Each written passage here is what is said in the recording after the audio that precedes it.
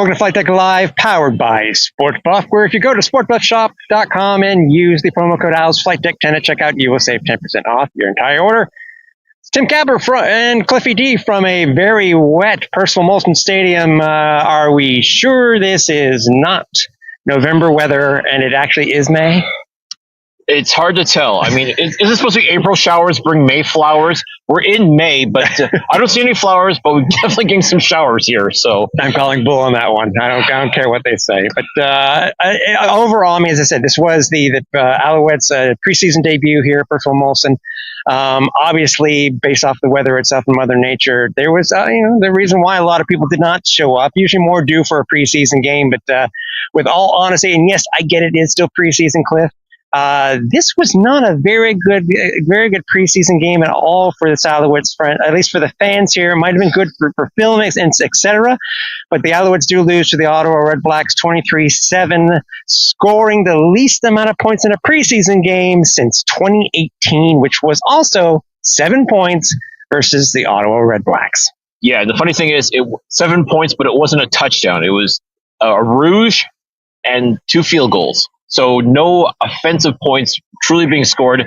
Pretty much all points were being scored off of the kicker's kicks. That's true. And neither team actually scored an offensive point until the third quarter. That's when all the kicks occurred. Yeah, just kind of a very vanilla game from both teams, honestly, in the first half. Yeah. Especially with the starters playing for the most part. I mean, it was Davis Alexander and the starters basically in the first half of the game. And honestly, not showing much, not doing much. It was just kind of like just there to be there kind of thing. Was that a surprise to you, by the way, seeing the starters go full half? I mean, we saw how many quarterbacks were supposed to be playing today. There were 4 on the depth chart, and yet Davis did play a full half. I was very surprised at him, and a lot of the ones played that first 30 minutes. I think it was also because the Alouettes didn't score any points. Like I'm sure if Davis was able to rack up a couple of touchdowns early on, his day would have been done a lot sooner. But I think it was just trying to see if he can get him at least one tutty to kind of boost his confidence and make him feel like, okay, yeah, I can run this thing. But ultimately, it was just very, very simple stuff, and it just obviously didn't work. Both teams themselves really did not have a very good first half in any way, shape, or form. Both teams were less than 100 yards. Both teams, I think, had less than 5 total first downs in that first half. And it was just, again, it's funny. I know, as I said, I keep telling myself this is only preseason itself. But again, it harkens back to last year where the team could not score, and that was with a different quarterback as QB1. But overall, I mean, what do you think that the team really has to take away from this? I mean, that first half was kind of mid. Some of the quarterbacks in the second half did well, except for McLeod. Bethel Thompson pulled his best intra-squad game impression by throwing a pick on his first drive. Again, it really was not a good look for the Alouettes. But as I said, fans keep telling yourself this is a preseason game. They have one more left versus Ottawa next Friday, and then the real stuff does start. But again, what can you take away from this, Cliff? Well, defense played solid without question. Yeah. I mean, the fact that they were able for that first half to basically limit Ottawa to one touchdown, but. Mm-hmm. Yeah, but the touchdown itself, it was on. That's the other thing too. It was on it was a punt return for a touchdown. Yep. And that's really that Ottawa could muster in that first half. So the defense really did pitch a shutout the first half if we were looking for some positives. But another thing too is that luckily, even after that kick return for a touchdown, the special teams did absolutely amazing from that point on. Absolutely. And that's, if you're going to take away some positives, there's that. James Morgan, I think, when he got into the game, played really solid football. Yeah. So, I mean, there's definitely positives there if you're willing to look for them. And let's not forget, preseason truly is about talent evaluation more than anything else. And there are certain guys I was keeping an eye on, and some played pretty decent, some played not so decent. So is it those first day jitters? Is that how you can sort of take away from it? Maybe, but I mean, there's still some work to be done. Let's not think again, don't panic just yet, Alouettes Nation, but at the same time, there's definitely work to be done. So yeah. Yeah, even though, as I said, the Alouettes just got a single point in that first half. Davis Alexander I think he had a decent day. I mean, he was 11 of 18, but only for 69 yards. I think one of the most memorable things that people will take away from this preseason game is in that very first beginning of the first half, where it was a long pass from Davis Alexander to Charleston Rambo, and the only thing that you remember is, I think we're right by it. It's the spot where it occurs. I'm expecting them to put up a plaque where he clipped the goalpost. Yeah, and that could have been very bad. I mean, if he had hit it straight on. Yeah, and I thought if you didn't know any better, you'd swear he was trying to tackle the goalpost the way he ran into it. But listen, once again, it's preseason for everybody. I think. Yeah. For the fans, for the organization, even for us. I mean, it's not perfect by any stretch. So I guess the only thing you can really take away from this is, now it's done. Now it's over with. Now you look ahead to going to Ottawa, and you're not going to see as many starters, I don't think, go to that game in Ottawa. I think it really will be an evaluation of those, as I keep calling them, bubble players. Mm-hmm. Like, who's the ones that are going to be making this squad, or at least making it onto the practice roster? Yeah. That's where I think the true evaluation is going to start. Again, I do not expect Davis Alexander to play in Ottawa at all. Nope. I think it really will be MBT, Caleb Evans, who was not active today. Correct. Yeah, so it's very possible. It's very possible. Now, speaking of the other quarterbacks for the Owls, besides Alexander, James Morgan, he did go 7 of 12 for 60. MBT went 4 of 10 for 70 with that one interception.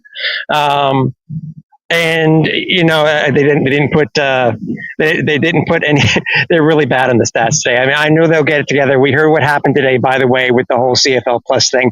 You had a better chance at watching the entire game here at Percival Molson, or if you're in the other locations to watch a full game, considering what happened. But or if you were watching on RDS, because they were broadcasting. Oh yes, that too. Yeah. So, but again, if you're in the rest of Canada and you don't understand French, I can understand why you wouldn't be. But they would have had a clear picture, so no buffering, no nothing there. So yeah, they don't have Senecal's stats here for whatever reason, but again, it's preseason, so we'll go with what they gave us here. So Stevie Scott had 3 attempts for 30 yards. Travis Thies had 3 attempts for 10.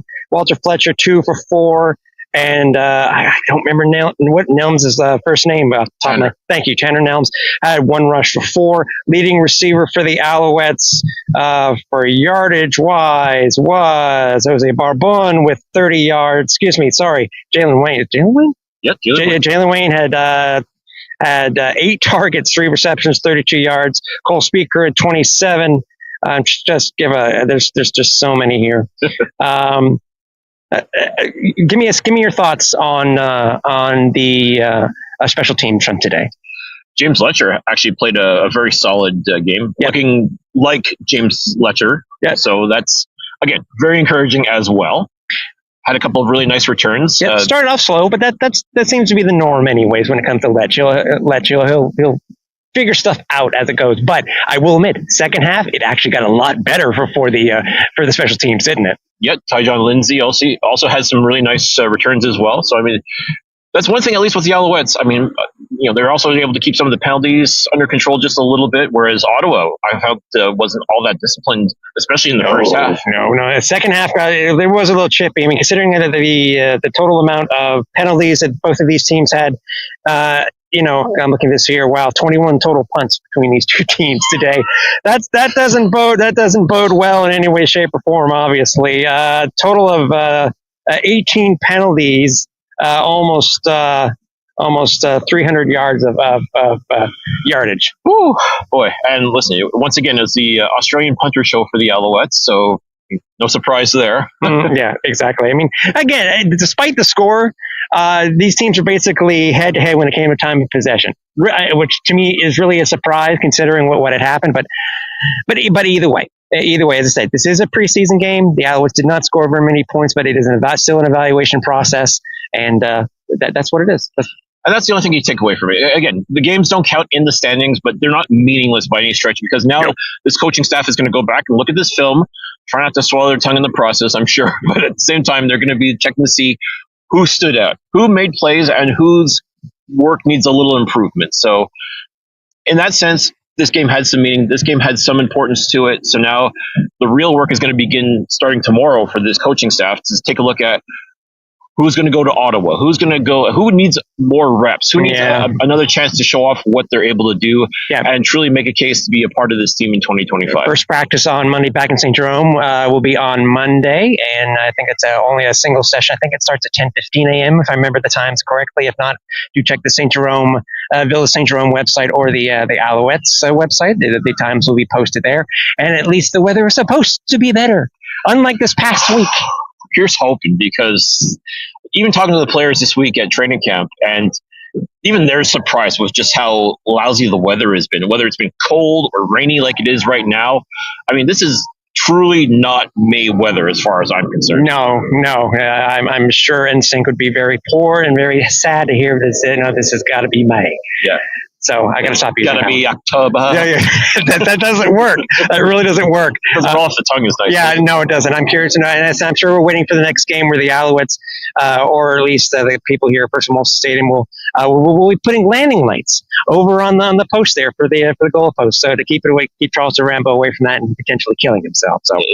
Here's hoping, because my goodness, that was a lick he took. And I mean, Charleston's a tough guy, but I mean, at the same time, that goalpost is very, very unforgiving. Yeah, that is true.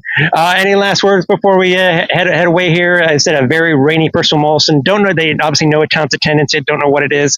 But any other thoughts that you can talk about before we finish up the broadcast here? Well, I tell you what. I mean, it's so good at least to be able to get out there and go watch a game live. So, I mean, that's always a lot of fun. I mean, the crowd was in it. The crowd was enjoying themselves a lot. So, you know what? We're being joined by QB1. QB1. Hey. Hello. Hey, how are you doing, Davis? It could be better, but it is what it is. Yeah, we were just saying, and I know you guys had it all week. We saw you a couple times this week at camp. And what is your thought on this weather in May? This is nuts.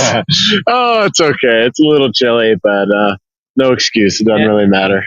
Well, how would you take away your first half of play today? I mean, I know you guys only came away with the single point, but I'm sure there were a lot of positives that you saw from your first. Your first half as being QB1 for the Owls. Yeah. I mean, it was tough. I think we only had 3 first downs, right?